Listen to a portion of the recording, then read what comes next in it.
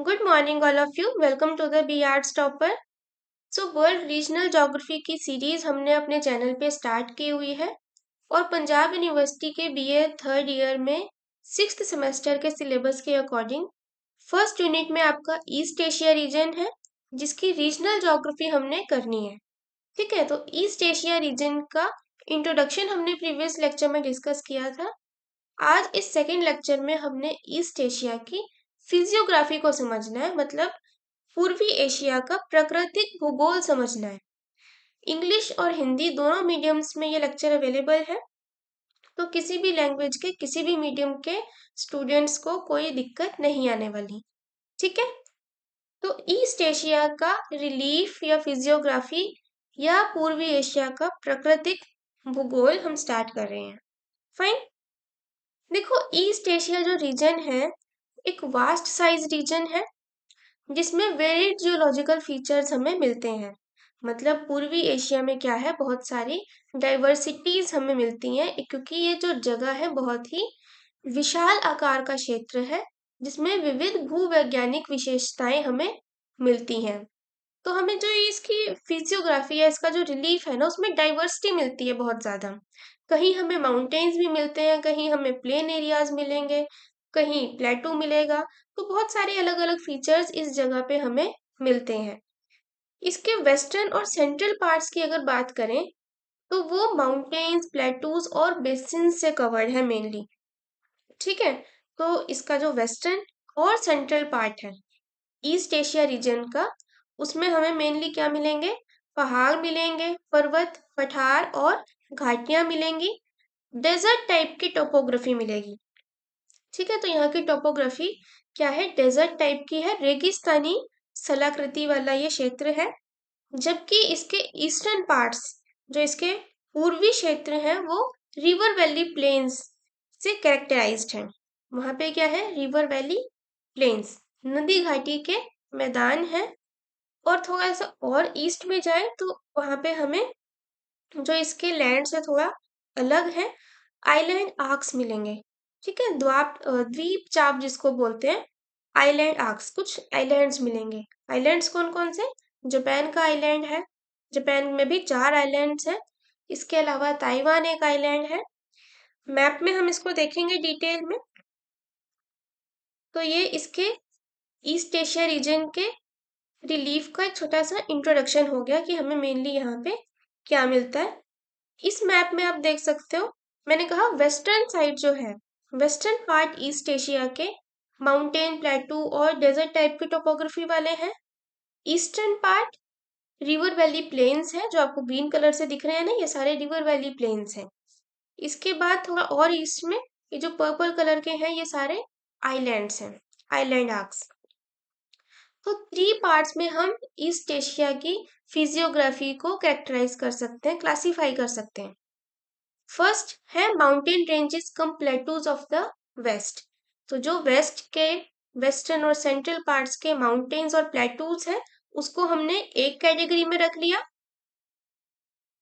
Then second category में river valley plains है, नदी घाटी मैदान। पहली क्या है, पश्चिम की पर्वत श्रृंखलाएं सह पठार। और थर्ड जो क्लासिफिकेशन है उसमें आइलैंड आर्क्स या द्वीप चाप आ जाएंगे।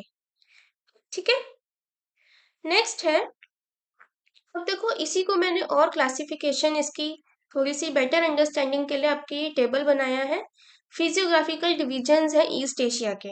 मैंने अभी आपको एक्सप्लेन किया कि हम 3 पार्ट्स में या 3 टाइप्स में क्लासीफाई कर सकते हैं ईस्ट एशिया के जो ये रिलीफ है। ईस्ट एशिया की फिजियोग्राफी को हम 3 पार्ट्स में क्लासीफाई कर सकते हैं। यहाँ पे 3 अलग अलग कलर्स आपको दिखाई दे रहे हैं। तो ये जो थोड़ा येलोइश है या ब्राउनिश है, ये फर्स्ट क्लासिफिकेशन है, mountain and plateaus of the west. Then river valley plains second classification, और थर्ड है आइलैंड आर्क्स।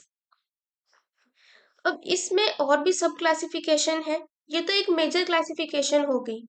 और भी सब क्लासिफिकेशन जो है उसके लिए मैंने ये टेबल बनाया है।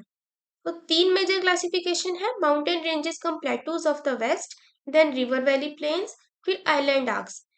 इनके आगे जो सब क्लासिफिकेशन इनकी है mountain ranges cum plateaus of the west है सबसे पहली। इसको आगे हम 3 पार्ट्स में क्लासिफाई कर सकते हैं, क्योंकि इसमें हमें अलग अलग फीचर्स मिलते हैं। पहला फीचर हमें क्या मिलता है, इसमें माउंटेन रेंजेस है, दूसरा है प्लेटूज और तीसरा है बेसिन्स। ठीक है, तो कुछ इसमें माउंटेन रेंजेस है इंपॉर्टेंट, कुछ प्लेटू एरियाज हैं, पठार जिसको बोलते हैं, तो जो ऊपर से फ्लैट होते हैं, जिनकी हाइट माउंटेन से थोड़ी कम होती है, वो प्लेटूज हो गए। और कुछ डिप्रेशन लाइक फीचर्स भी मिलते हैं, जिनको बेसिन्स कहते हैं। ठीक है, हिंदी और इंग्लिश दोनों मीडियम में ये टेबल मैंने यहाँ पे बना दिया है। माउंटेन रेंजेस की हम बात करेंगे, तो इसमें इंपॉर्टेंट जो माउंटेन रेंजेस हैं वो है कुनलुन, अल्टिंगटाग, सिनलिंग, थीनशान, अल्टाई, येब्लोनोवी एंड स्टेनोवोई। ये 6 माउंटेन रेंजेस इंपॉर्टेंट है जो आपको याद रखनी है और इसको मैप में ड्रॉ भी करना है। ठीक है, उसके बाद प्लेटूज है, तिब्बत का प्लेटू है, मंगोलियन प्लेटू, गोबी प्लेटू और ओडोस लोइस। ये इंपॉर्टेंट प्लेटूज हैं ईस्ट एशिया के। देन बेसिन्स है, साइडम, ट्राइम और जुंगेरियन बेसिन। मैप में एक बार मैं शो कर देती हूँ उनको। देखो यहाँ पे अल्टाई माउंटेन है, इस तरफ सायान माउंटेन है, जिसकी आगे फिर फर्दर एक्सटेंशन है जिसको येब्लोनोवी माउंटेन्स कहते हैं, या येब्लोनोवी एंड स्टेनोवोई। ठीक है, then there is great Khingan range. उसके बाद यहाँ पे पामिर नॉट है। पामिर नॉट को रूफ ऑफ द वर्ल्ड भी कहते हैं, बहुत ही इंपॉर्टेंट ये एक नॉट है। इसको पामिर नॉट इसलिए कहते हैं क्योंकि मेजर जो ये माउंटेन रेंजेस है ना, ये इसी पॉइंट से निकल रही हैं, इस पॉइंट से निकल रही हैं, या ये कह लो कि सारी माउंटेन रेंजेस इस पॉइंट पे आके मीट कर रही हैं। ठीक है, तो यहाँ पे ये इंपॉर्टेंट कुछ माउंटेन रेंजेस हैं। बहुत सारी माउंटेन रेंजेस जो है इस पॉइंट पे आके मिलती हैं या इसी पॉइंट से निकल रही हैं। ठीक है, लेकिन यहाँ पे ये सारी मिलती हुई दिखती हैं, तो इसको इसलिए नॉट बोला है। इसका नाम नॉट, पामिर नॉट है। पामिर नॉट से निकलती है एक बहुत ही इंपॉर्टेंट माउंटेन रेंज है यहाँ पे, थीन शान माउंटेन। फाइन, थीन शान के बाद इससे थोड़ा सा साउथ में है कुनलुन। कुनलुन की आगे फर्दर क्लासिफिकेशंस है, ये बाइफर्केशन है कि आगे 2 पार्ट्स में टूट जाता है, बाइफर्केट हो जाता है। ये वाली जो ब्रांच है इसका नाम है अल्टिंटाग, और इस वाली का जो साउथ में है इसका है सिनलिंग माउंटेन। इसके बाद यहाँ पे काराकोरम रेंज है, फिर इस तरफ यहाँ पे हिमालयन माउंटेन्स जो कि इंडिया और नेपाल साइड में लगते हैं, इधर हिमालयन माउंटेन्स आ जाते हैं। ठीक है जी, नेक्स्ट है, देखो ये हो गया माउंटेन रेंजेस कम प्लेटूज, नहीं सॉरी अभी माउंटेन्स की हैं सिर्फ, फिर प्लेटूज हैं। प्लेटूज मैंने यहाँ पे रेड कलर से लिखे हुए हैं, मंगोलियन प्लेटू है, इसी का पार्ट है, यहाँ पे गोबी प्लेटू आ जाता है, ये तिब्बतन प्लेटू है। और ओडोस लोएस प्लेटू मैंने यहाँ पे एक मेंशन नहीं किया, वो ना ये जो हवांग हो रिवर वैली है ना, इस तरफ है। ठीक है, हवांग हो रिवर वैली के साथ साथ ही जो एक एरिया है उसको ओडोस लोएस प्लेटू बोलते हैं। ठीक है, नेक्स्ट है बेसिन्स। बेसिन्स में साइडम है, ट्राइम है, जुंगेरियन है, ये कुछ इंपॉर्टेंट बेसिन्स है, डिप्रेशन लाइक स्ट्रक्चर्स हैं। मैप में देखो, अल्टाई और थीन शान के बीच में है जुंगेरियन बेसिन, फिर यहाँ पे एक टरफान बेसिन है, अल्टिंग टाग और सिनलिन के बीच में आ जाता है साइडम बेसिन, और थीन शान और कुनलुन के बीच में है टैरिम बेसिन। इनको आपने याद रख लेना है और मैप में इसी तरह से लिख देना है। ठीक है, नेक्स्ट है river valley plains. River valley plains हमारे पास 4 इंपॉर्टेंट प्लेन्स हैं ईस्ट एशिया में, Manchurian plain, Hwang Ho river valley plain, Yangtze Kiang plain और सी कियांग प्लेन। नाम थोड़े से डिफिकल्ट लगते हैं क्योंकि चाइनीज लैंग्वेज के हैं मेनली, पर याद रखने पड़ेंगे और ज़्यादा मुश्किल भी नहीं है। देखो मंचूरियन प्लेन तो याद रह ही जाएगा, और हवांग हो रिवर वैली प्लेन, इसको येलो रिवर भी कहते हैं, काफ़ी इंपॉर्टेंट रिवर है ये ईस्ट एशिया की या चाइना की। हवांग हो और यांगसी कियांग का जो नाम है मेरे ख्याल से सुना ही होगा, जब हम वर्ल्ड ज्योग्राफी करते हैं तो ये इम्पोर्टेंट रिवर्स हैं। और सी कियांग, एक नाम और याद रख लो, सी कियांग वैली प्लेन। मैप में दिखा देती हूँ। मैप में सबसे नॉर्थ में ये जो एरिया है इसको मंचूरिया बोलते हैं। यहाँ पे जो रिवर है, आमूर रिवर है, इस प्लेन को बोलते हैं मंचूरियन प्लेन। देन यहाँ पे हवांग हो एक रिवर फ्लो करती है, उस प्लेन का नाम हवांग हो रिवर वैली प्लेन है। देन यांगसी कियांग प्लेन, यहाँ पे यांगसी रिवर फ्लो करती है। लास्ट में सबसे साउथ में सी कियांग रिवर है और इसके प्लेन को बोलते हैं सी कियांग वैली प्लेन। डिटेल में हम सारा स्टडी करेंगे, अभी सिर्फ मैप में लोकेशन समझ लो। फिर यहाँ पे आइलैंड आर्क्स हैं। आइलैंड आर्क्स में हमारे पास दो मेजर आइलैंड्स हैं, एक तो जापानीज आइलैंड और दूसरा ताइवान। ताइवान एक छोटा सा आइलैंड है।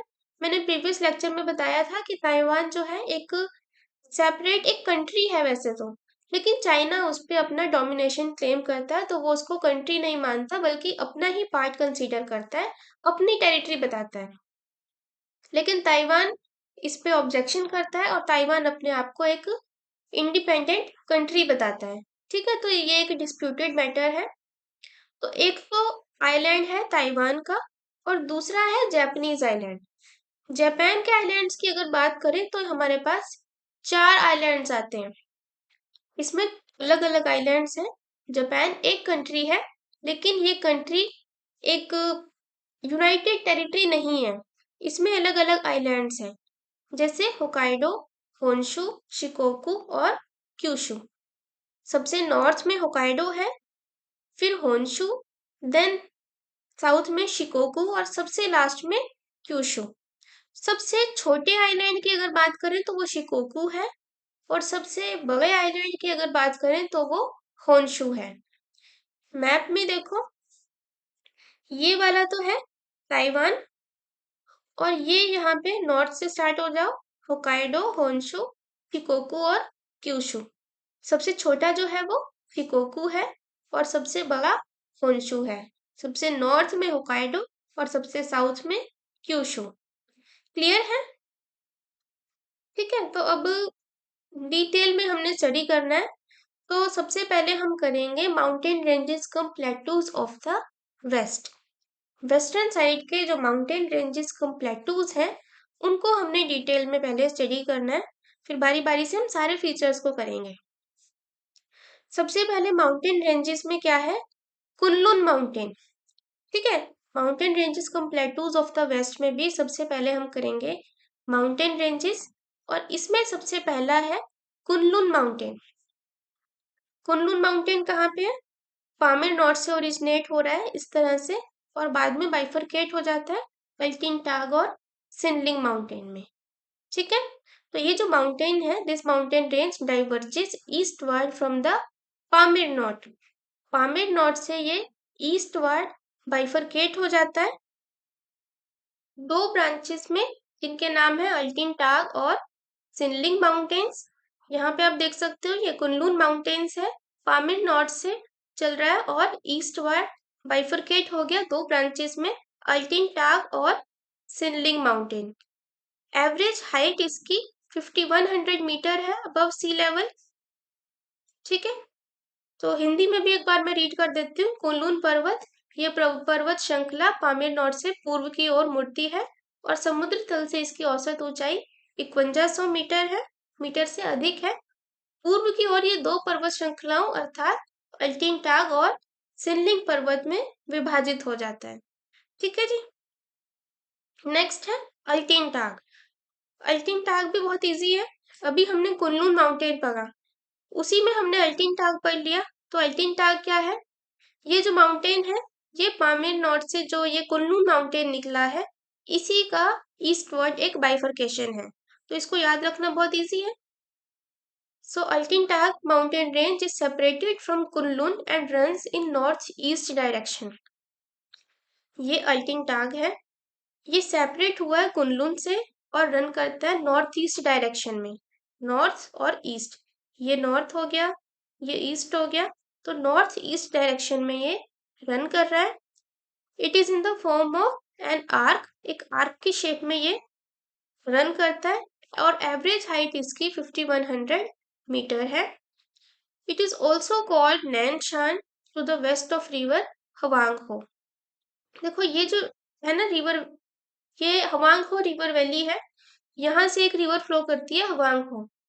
इसके वेस्टर्न साइड पे इस माउंटेन का नाम नैन शान भी है।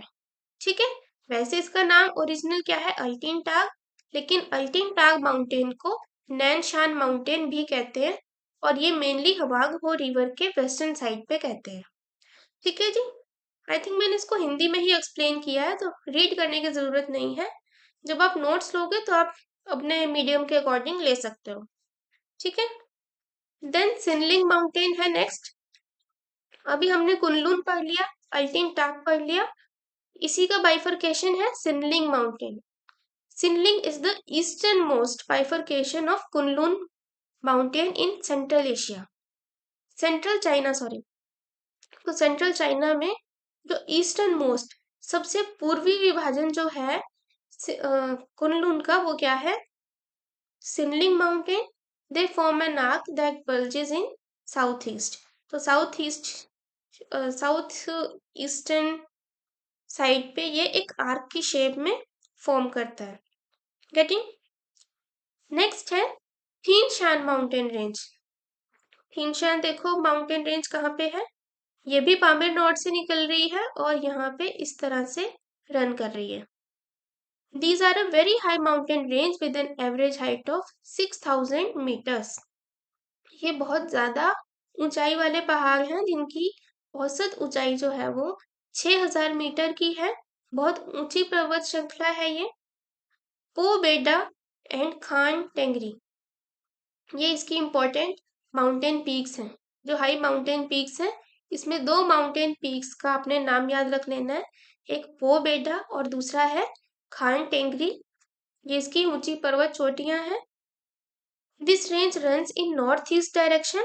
अब देखो नॉर्थ ईस्ट डायरेक्शन में रन कर रही है ये, along the border between China and the republics of Tajikistan and Kyrgyzstan. देखो यहाँ पे तजिकिस्तान और किर्गिस्तान है, इसके बीच में ये बॉर्डर का काम भी करती है, एक नेचुरल बॉर्डर फॉर्म करती है Tianshan mountain range. Getting? Next mountain ranges है अल्टाई माउंटेन रेंज और येब्लोनोवी एंड स्टेनोवोई। देखो अल्टाई माउंटेन रेंज जो है ना, ये ओल्ड फोल्ड माउंटेन्स है, यहाँ पे इसकी लोकेशन है। These are very old fold mountains, तो ये बहुत ही पुराने वलित पर्वत हैं जो कि स्प्रेड है south western parts of Mongolia में। देखो ये जो रीजन है, जो अगर आपने इस फर्स्ट वाली वीडियो देखी है तो मैंने बताया था यहाँ पे क्या है, मंगोलिया है। मंगोलिया के साउथ वेस्टर्न पार्ट में क्या है, अल्टाई माउंटेन्स आपको दिख रहे हैं। देन येब्लोनोवी एंड स्टेनोवोई, ये जो माउंटेन्स है ये नॉर्थ ईस्ट एक्सटेंशंस है सायान माउंटेन्स के। यहाँ पे सायान माउंटेन है, इसी का आगे फर्दर एक्सटेंशंस है येब्लोनोवी एंड स्टेनोवोई माउंटेन्स, जो कि रन करते हैं across lake Baikal. Lake Baikal जो है बैकाल झील, इसके आर पार ये फैले हुए हैं। ठीक है, तो ये हो गए सारे माउंटेन रेंजेस। इसके बाद कुछ इंपॉर्टेंट प्लेटूज हैं। प्लेटू ऑफ तिब्बत, देखो यहाँ पे तिब्बत प्लेटू है, इसको हार्ट ऑफ एशिया भी कहते हैं। ये तिब्बत का जो पठार है इसको क्या कहते हैं, एशिया का हृदय, एशिया कॉन्टिनेंट का इसको हार्ट कहते हैं, क्योंकि ये लार्जेस्ट और हाईएस्ट प्लेटू है वर्ल्ड का, और कई बार इसको रूफ ऑफ द वर्ल्ड भी कहते हैं। ठीक है, सो बिकॉज इसकी हाइट बहुत ज्यादा है और बहुत ही बड़ा ये प्लेटू है, तो इसको क्या कहते हैं, विश्व की छत, रूफ ऑफ द वर्ल्ड। अब देखो इसमें थोड़ी सी कंफ्यूजन है कि तिब्बत को रूफ ऑफ द वर्ल्ड कहते हैं या पामीर नॉट को, तो दोनों को ही कह देते हैं। कई बार पामीर नॉट को कहते हैं, कई बार तिब्बत प्लेटू को भी कह देते हैं। लेकिन अगर दोनों ही, कई बार ऐसा हो ना कि ऑप्शंस में आ जाए कि इसमें से रूफ ऑफ द वर्ल्ड किसको कहा जाता है और ऑप्शन में दोनों है, तब आप ना पामीर नॉट को टिक करना। हालांकि इस एग्जाम में ऐसा क्वेश्चन आता नहीं है, ये तो आपका सब्जेक्टिव पेपर होता है, लेकिन अगर कभी कॉम्पिटिटिव एग्जाम में आपके ये इस तरह से क्वेश्चन आ जाए तो आप पामीर नॉट को उसमें टिक करना। मेनली पामीर नॉट को रूफ ऑफ द वर्ल्ड कहते हैं, लेकिन तिब्बत प्लेटू को भी रूफ ऑफ द वर्ल्ड कहते हैं। ठीक है, इसकी एवरेज हाइट 4000 से 5000 मीटर की है और ये लगभग 18 से 20 लाख स्क्वायर किलोमीटर का एरिया कवर करता है। इसके टोपोग्राफी की अगर बात करें तो कोल्ड डेजर्ट प्लेटू है ये। एक तो डेजर्ट है, रेगिस्तान है, लेकिन ठंडा रेगिस्तान है ये। ठीक है, तो ठंडा रेगिस्तानी पठार है, कोल्ड डेजर्ट टाइप का ये एक प्लेटू है, जिसकी जो ढलान है, जो स्लोप है इसका ईस्ट और साउथ की तरफ है, दक्षिण पूर्व की ओर इसका ढलान है। It has a number of fresh water and salt water lakes. तो इसमें बहुत सारी फ्रेश वाटर और मीठे पानी की और खारे पानी की झीलें भी हमें मिलती हैं। फाइन। नेक्स्ट है गोबी प्लेटू। गोबी प्लेटू जो है वो मंगोलियन प्लेटू का ही पार्ट है। ये जो है एक्सटेंड करता है over outer and inner Mongolia and north east China. तो नॉर्थ ईस्ट चाइना और मंगोलिया में ये एक्सटेंड करता है। ड्राई और कोल्ड प्लेटू है ये भी। अब देखो, इसकी जो ईस्ट एशिया की लोकेशन है ना, वो टेम्परेट रीजन में है, और temperate region as a student of geography आपको पता है कि ठंडा एरिया होता है, और क्योंकि यहाँ पे माउंटेन्स है बहुत सारे, तो ये ड्राई तो है, लेकिन ये कोल्ड डेजर्ट हमें यहाँ पे मिलते हैं। हमें यहाँ पे गर्म वाले जो जैसे थार डेजर्ट है, इस तरह के रेगिस्तान नहीं मिलते, हमें मेनली यहाँ पे कोल्ड प्लेटूज मिलते हैं। ठीक है, एवरेज हाइट इसकी 1000 से 1500 मीटर्स तक की है। ठीक है, इसके बाद एक और प्लेटू है ओरडोस लोइस प्लेटू। इस मैप में आपको नहीं दिख रहा, लेकिन यहाँ पे हवांग हो रिवर वैली है ना, बस इसी के आसपास का एरिया है ओरडोस लोइस प्लेटू। ठीक है, it lies in the great bend of Hwang Ho river. तो जो रिवर हवांग हो है उसका ग्रेट बैंड में ये लाई करता है। It was formed by the deposition of loess. Loess क्या है? लोइस ना येलो कलर की एक फाइन डस्ट होती है, येलो कलर्ड फाइन डस्ट, पीले रंग की मिट्टी होती है, रेत होती है बेसिकली ये, जो कि विंड्स के थ्रू यहाँ पे गोबी और मंगोलियन प्लेटू में यहाँ पे ना डिपॉजिट हो जाती है। तो विंड्स के थ्रू यहाँ पे ये आती है और इस रीजन के आसपास यहाँ पे डिपॉजिट हो जाती है। तो यहाँ का जो ये सारा एरिया है ना, ये येलो कलर का दिखता है, इसीलिए हवांग रिवर को येलो रिवर भी कहते हैं। क्लियर? तो ये जो येलो रिवर के आसपास का रीजन है, क्योंकि ये प्लेटू रीजन है और इस येलो कलर की मिट्टी को लोइस कहते हैं, तो इस रीजन का नाम ओरडोस लोइस प्लेटू है।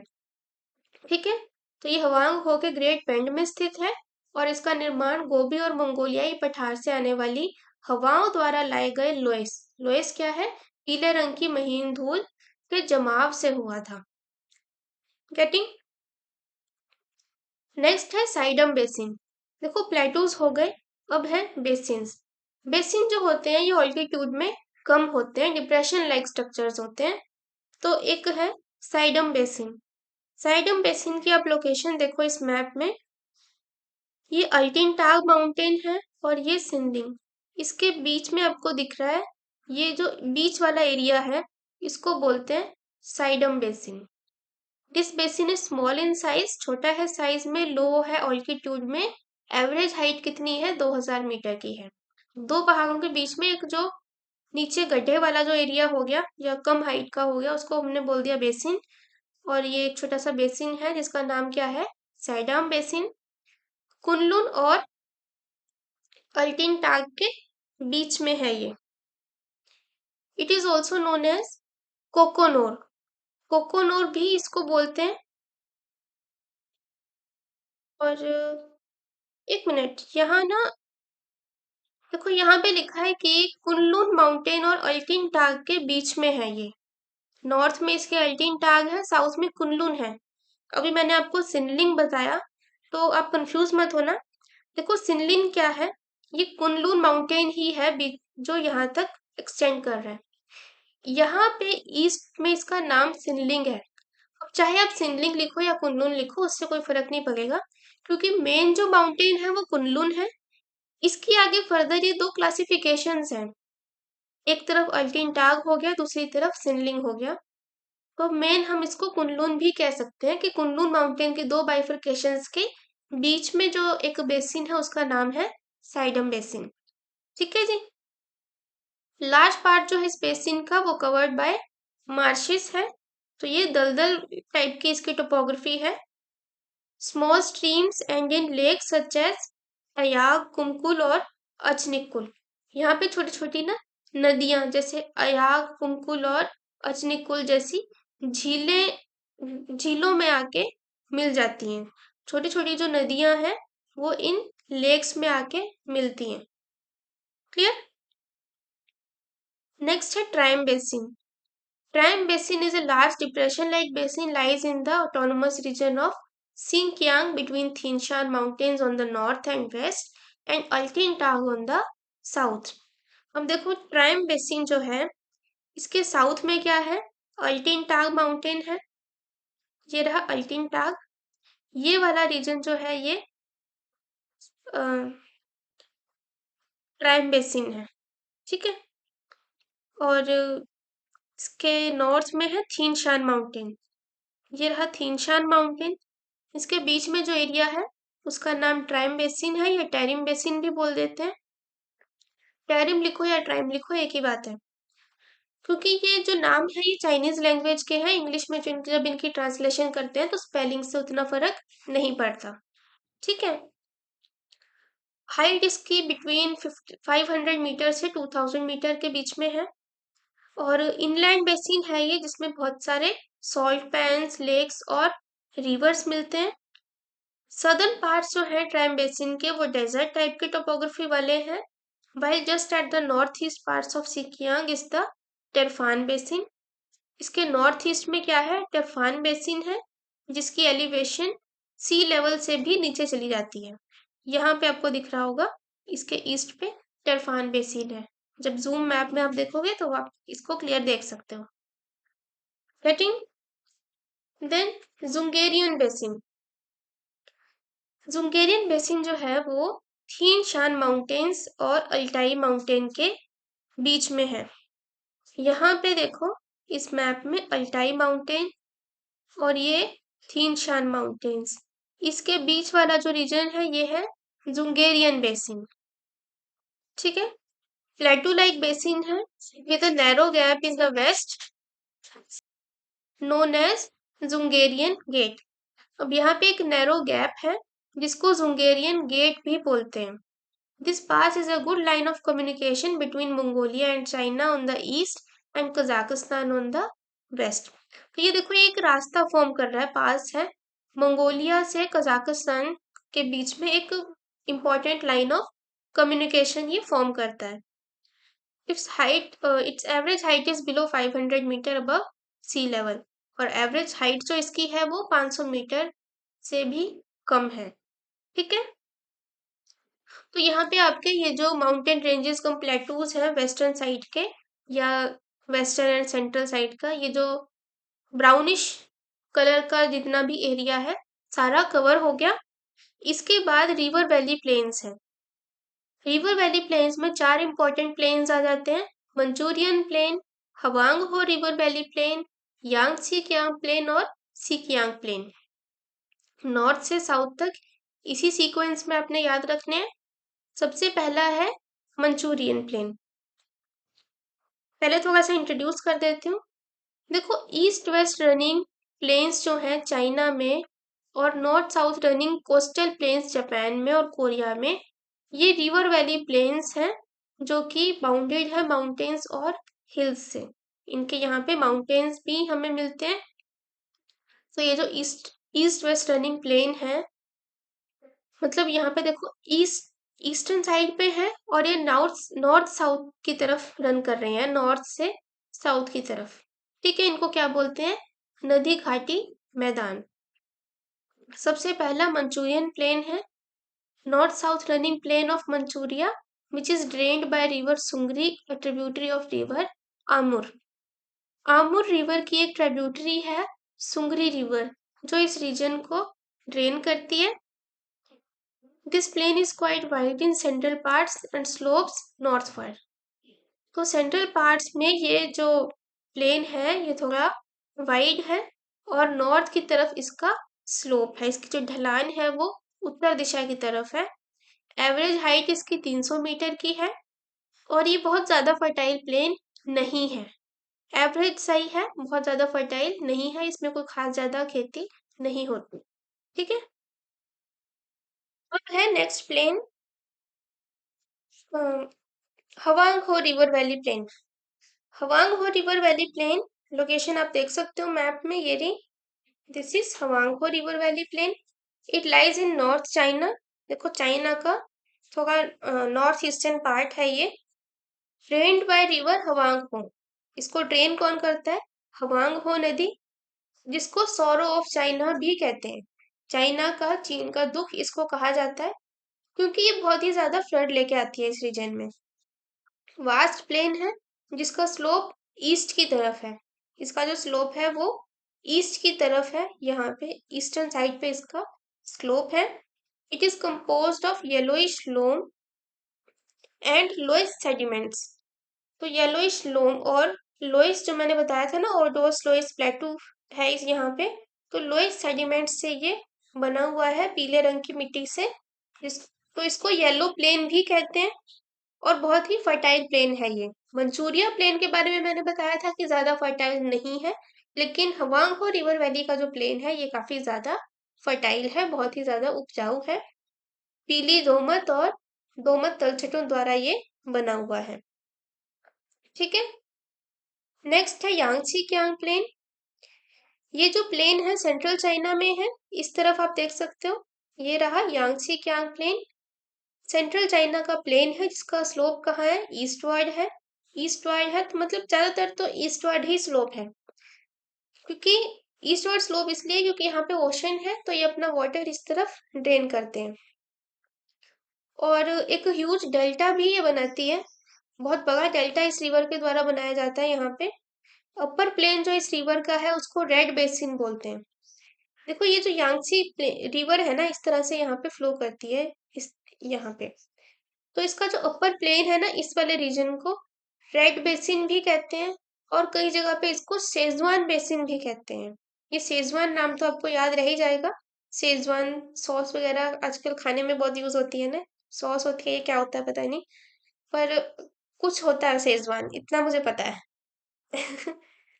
ठीक है। तो सेजवान बेसिन या रेड बेसिन इस जगह को बोलते हैं। कौन सी रिवर का प्लेन है? यांगसी कियांग रिवर का प्लेन है। और क्योंकि ये फर्टाइल प्लेन है बहुत, तो यहाँ पे डेंस पॉपुलेशन रहती है। जबकि सेंट्रल पार्ट्स जो हैं वो, उसमें हिल्स हैं। इसके जो सेंट्रल पार्ट्स हैं वहाँ पे कुछ माउंटेन्स और हिल्स हैं, वहाँ पे पॉपुलेशन थोड़ी कम है। लेकिन जो प्लेन एरिया है, मेनली जो सेजवान बेसिन है और जो रेड बेसिन भी जिसको कहते हैं, वहाँ पे पॉपुलेशन की डेंसिटी हमें ज्यादा मिलती है। क्लियर है? और देखो मैं हिंदी में रीड नहीं कर रही हूँ क्योंकि मैं समझा ऐसी लैंग्वेज में रही हूँ कि इंग्लिश वालों को भी समझ में आए और हिंदी वालों को भी समझ में आए। लेकिन फिर भी अगर आपको कोई डिफिकल्टी आती है, आप सजेशन अपने कमेंट सेशन में बता सकते हो या मुझे डायरेक्ट व्हाट्सएप भी कर सकते हो कि आपको किस तरह से समझना ज़्यादा बेटर लगता है, कि मैं हिंदी में भी रीड करूँ या अ, दोनों रीड करूँ तो ही चलेगा, या ऐसे सिर्फ समझाने से चल जाएगा। रीड तो देखो आप नोट्स लोगे तो उसमें से कर ही लोगे, स्क्रीन पे अवेलेबल है, आप रीड कर सकते हो। नेक्स्ट है सीकियांग वैली प्लेन। ठीक, अब देखो सीकियांग वैली प्लेन समझ में आ ही जाएगा, जरूरी नहीं है कि मैं सीकियांग घाटी का मैदान ही कहूँ, वो आप रीड कर लोगे, समझदार हो समझ ही जाओगे, है ना। तो इसलिए मैं दोनों मीडियम में जहाँ पे जरूरी होता है वहीं पे रीड करती हूँ। ठीक है। तो देखो स्मॉल प्लेन है, छोटा सा ये एक प्लेन है जिसको कि रिवर सीकियांग ड्रेन करती है। नाम याद रखना इजी है। प्लेन का नाम भी क्या है? सीकियांग है। और यहाँ पे जो रिवर फ्लो करती है उसका नाम भी सीकियांग है। ये इसकी लोकेशन है, सबसे साउथ ईस्टर्न पार्ट पे ये लोकेटेड है। और इसमें एक डेल्टा भी बनता है साउथ चाइना में। ठीक है, दक्षिण चीन में इसका एक डेल्टा है और सीकियांग रिवर यहाँ पे फ्लो करती है, जिससे ये प्लेन बना हुआ है, छोटा सा प्लेन है ये। क्लियर? तो यहाँ पे आपके रिवर वैली प्लेन्स कंप्लीट हो गए हैं। नेक्स्ट बचते हैं हमारे पास आइलैंड आर्क्स। आइलैंड आर्क्स, जिसको क्या बोलते हैं हिंदी में, द्वीप चाप कहते हैं। ये इंट्रोड्यूस मैंने कर ही दिया था कि 4 आइलैंड जापान के हैं और एक क्या है, ताइवान आइलैंड है। लेकिन लिखना भी है एग्जाम में, तो लिखना क्या है वो समझ लेते हैं। आइलैंड आर्क्स जो है ये ईस्टर्न साइड पे लाई करते हैं मेनलैंड चाइना के। तो चाइना का जो मेन लैंड है उसके ईस्टर्न साइड पे आइलैंड आर्क्स है। और कौन कौन से हैं, जापानीज आइलैंड्स हैं और दूसरा है ताइवान। जापान के 4 आइलैंड्स हैं, होकाइडो, होन्शु, शिकोकू और Kyushu. These islands form part of the Pacific Ring of Fire and are prone to frequent earthquake and volcanic activities. अब देखो ये जो आइलैंड्स है ना, ये पैसिफिक रिंग ऑफ फायर का पार्ट है। अब देखो आप बीए थर्ड ईयर में हो, बीए फर्स्ट ईयर में आप पढ़ के आए हो फिजिकल ज्योग्राफी में पैसिफिक रिंग ऑफ फायर क्या है। तो पैसिफिक रिंग ऑफ फायर जो है वो आपने पढ़ा है कि एक जोन है, इस तरह से बनता है ना, ये भी उसका पार्ट है। तो ये उसी का पार्ट है और इसीलिए यहाँ पे, क्योंकि ये प्लेट बाउंड्री पे लोकेटेड है रीजन, यहाँ पे अर्थक्वेक और वोल्केनो की जो एक्टिविटी है वो बहुत ज्यादा होती है। ठीक है, that is why it is prone to frequent earthquake and volcanic activities. These are arranged in festoons which enclose sea. तो ये आइलैंड आर्क्स जो है ये समुंदर से सराउंडेड है। Mountain ranges from the form the central backbone in these island arcs. तो mountain ranges, पर्वत श्रृंखलाएं जो है इन द्वीप चापों में केंद्रीय रीढ़ बनाती हैं। फ्यूजीयामा एक इम्पॉर्टेंट नाम आप याद रख लो। फ्यूजीयामा जो है मोस्ट इम्पॉर्टेंट और सेक्रेड पीक है जापान में। डोरेमोन, नोबिता, ये सब देखते हुए आपने फ्यूजीयामा का नाम सुना ही होगा, माउंट फ्यूजी जिसको बोलते हैं। तो जापान की एक बहुत ही इम्पोर्टेंट और सैक्रेड पीक है, इसका धार्मिक या रिलीजियस इम्पोर्टेंस भी है वहां पे। ठीक है जी, तो यहाँ पे आपका ईस्ट एशिया का रिलीफ जो है वो सारा कंप्लीट हो गया है। अब एक इम्पॉर्टेंट इंफॉर्मेशन है, देखो अगर आपको नोट्स बाय करने हैं, नोट्स की ना मैंने ऐसी ई बुक्स बना दी हैं, पीडीएफ में आपको ये मिल जाएंगे। आपको बस इस व्हाट्सएप नंबर पे मैसेज करके बताना है कि आपको नोट्स चाहिए, तो आप नोट्स बाय कर सकते हो। और ये पीडीएफ नोट्स जो है ना, आपको 4 ई बुक्स मिलेंगी इनकी। ये जो 4 ई बुक्स हैं आपके सिलेबस के according east Asia, south Asia, middle east and north Africa और अफ्रीका साउथ ऑफ सहारा, ये 4 बुक्स आपको पीडीएफ फॉर्म में मिल जाएंगी इस व्हाट्सएप नंबर पे मैसेज करने पे। और इनका प्राइस ओनली 399 है, बहुत ही नॉमिनल सा प्राइस है। और अगर आप बाय करते हो तो देखो, आपकी इतनी हेल्प अगर फ्री ऑफ कॉस्ट हो रही है यूट्यूब पे, मेरी इतना इसमें हार्डवर्क लगा है, तो इसको जरूर से बाय करो। चैनल को बहुत सपोर्ट मिलेगा and I will be very grateful to you.